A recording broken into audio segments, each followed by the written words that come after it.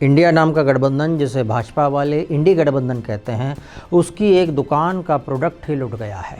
कमाल की बात तो ये कि राहुल गांधी जी कहते रहे कि हमने मोहब्बत की दुकान खोली है। यूपी में इस दुकान के इनॉग्रेशन पर फीता काटने अखिलेश यादव जी चीफ गेस्ट बन के आगरा भी पहुंचे थे। अपना पीडीए नाम का प्रोडक्ट भी वहीं रख दिया सेल के लिए, लेकिन मोहब्बत की दुकान का प्रोडक्ट सपा के कुछ विधायकों को ही पसंद नहीं आया। सपा को वो ओके टाटा बाय बाय बोलकर भाजपा को गले लगाने पहुंच गए।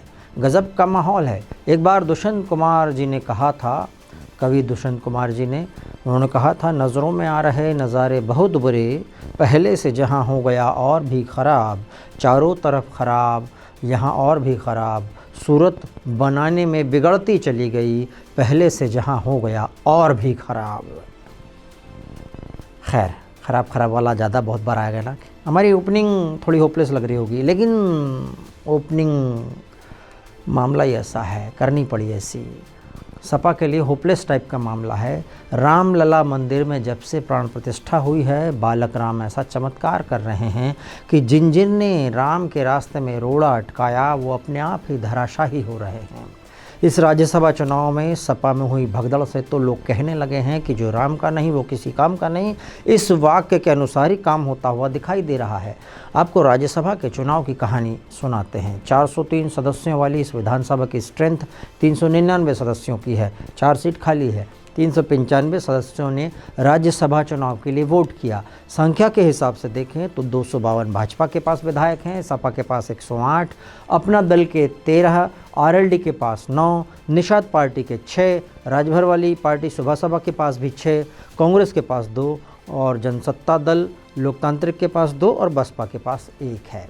यूपी में राज्यसभा की 10 सीटों पर चुनाव हुआ, जिसमें से 2 सपा के हिस्से आनी तय थी, 7 बीजेपी के हिस्से आनी तय थी, लेकिन बीजेपी ने अपना 8वां उम्मीदवार घोषित कर दिया और सपा ने अपना 3रा उम्मीदवार घोषित कर दिया। इससे चुनाव ऐसा दिलचस्प हुआ कि या तो सपा का 3रा कैंडिडेट जीतते आलोक रंजन, या भाजपा का 8वां कैंडिडेट जीतते संजय सेठ जी। दोनों में से किसी एक को जीतना था, लेकिन ये चुनाव ही ऐसा था जिसमें ज़बरदस्त हवा चली भाजपा के पक्ष में और चेहरा उतरा सपा खेमे का। सपा के खेमे में तो ऐसा हुआ कि इस्तीफ़ा देकर बाकायदा उसी समय भाजपा जाने की बात कही और वोट दे दिया भाजपा उम्मीदवार को। ऐसे भी हैं अखिलेश यादव जी के सबसे करीबी माने जाने वाले मनोज पांडे जी, जो कि मुख्य सचेतक भी थे सपा में, उन्होंने बीजेपी का कमल थाम लिया। एक नहीं, पीछे पीछे कई और आए। राकेश प्रताप सिंह अमेठी से, गौरीगंज से विधायक, उन्होंने कहा कि हम प्रभु राम के नाम पर वोट देंगे, सपा के खिलाफ हो गए। फिर अभय सिंह जी अयोध्या की गोसाईगंज से विधायक, रायबरेली की मनोज पांडे जी, ऊंचाहार के लिए भी उनको जाना जाता है, जो सपा के सबसे कद्दावर ब्राह्मण चेहरा माने जाते हैं, वो भी निकल लिए, भाजपा का दामन थाम लिया उन्होंने भी। राकेश पांडे जी सपा से ही अंबेडकर नगर से विधायक थे। इनके बेटे सांसद रितेश पांडे जी 2 दिन पहले ही भाजपा में आए थे और भाजपा के पाले में आ गए। और जालौन की कालपी सीट के विधायक विनोद चतुर्वेदी जी, वो भी सपा के खिलाफ हो गए, भाजपा के साथ हो गए। अमेठी विधायक महाराजी देवी एब्सटेन करी वोट देने से, वो वोट देने नहीं पहुंची। प्रयागराज वाली पूजा पाल जी भाजपा के उम्मीदवार को वोट कर दिए। इससे भाजपा के 8 उम्मीदवार, RPN Singh, doctor Sudhanshu Trivedi, Chaudhary Tejveer Singh, doctor Sangeeta Balwant, Sadhana Singh, Amarpal Maurya, Naveen Jain और संजय सेठ की जीत आसान हो गई थी। जबकि सपा में जया बच्चन और रामजी लाल सुमन को आसानी हुई, आलोक रंजन जी को मायूसी हाथ लगी। भाजपा को वोट देने वाले विधायकों में सबसे ज़्यादा ये कहते पाए गए कि हमने अंतरात्मा की आवाज़ पर वोट किया है। यानी समझे, आप कुछ समझे कि माहौल ही कुछ ऐसा हुआ पड़ा है कि रामलला ने नेताओं की अंतरात्मा जगा दी है और वो भी उनके साथ अब गाने लगे हैं, जो राम को लाए हैं हम उनको लाएंगे। देखा जाए तो सपा के पीडीए फॉर्मूले से साइकिल में भरी गई हवा निकालने के लिए सवर्ण विधायकों ने ही अखिलेश यादव जी के खिलाफ महत्वपूर्ण भूमिका निभा दी। हालांकि पूजा पाल, महाराजी देवी की वजह से अगर हम पूरा रुख देखें तो ये कहा जा सकता है कि पीडीए वालों ने ही पीडीए फार्मूला पसंद नहीं किया। इस प्रोडक्ट को केवल विंडो शॉपिंग के तहत देखा, लेकिन इसके ख़रीदार नहीं बने। और वोट देने से पहले तो अखिलेश यादव जी और पल्लवी पटेल के बीच में फ़ोन पर गर्मा गर्मी गहमा गहमी वाली बातें भी हुई। और हालांकि पल्लवी पटेल जी ने समाजवादी पार्टी के लिए वोट किया, लेकिन दोनों के रिश्ते खटाई में पड़ना अब तय हैं। राजा भैया ने भाजपा के लिए वोट किया और बसपा के एकमात्र विधायक उमा शंकर सिंह ने भी भाजपा को वोट दे दिया।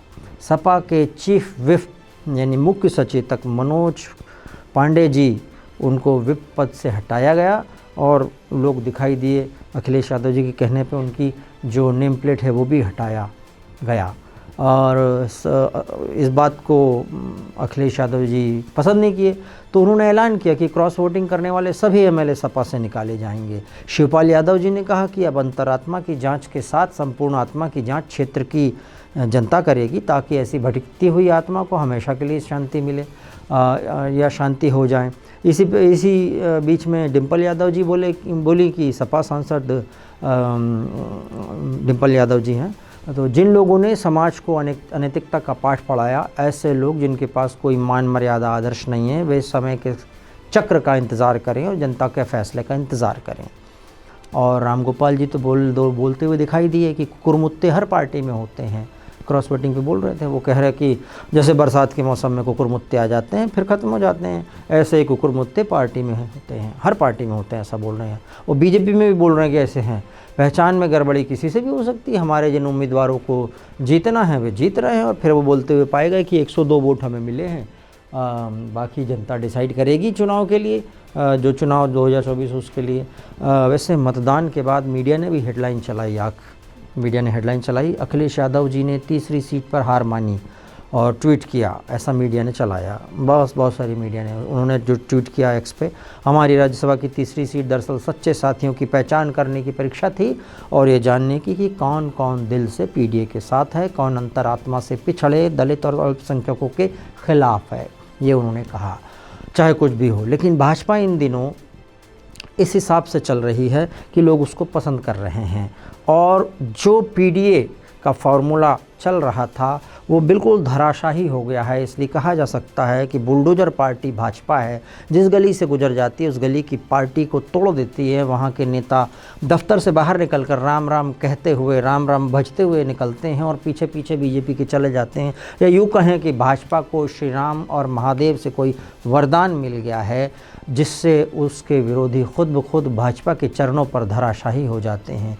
एक शायर की लाइन याद आ रही है, उसकी रहमत के आगे गिनती कम पड़ जाती है, उसकी रहमत के आगे गिनती कम पड़ जाती है, इतने फूल उगते हैं कि टहनी कम पड़ जाती है। बीजेपी को इसका फ़ायदा मिल रहा है इन दिनों।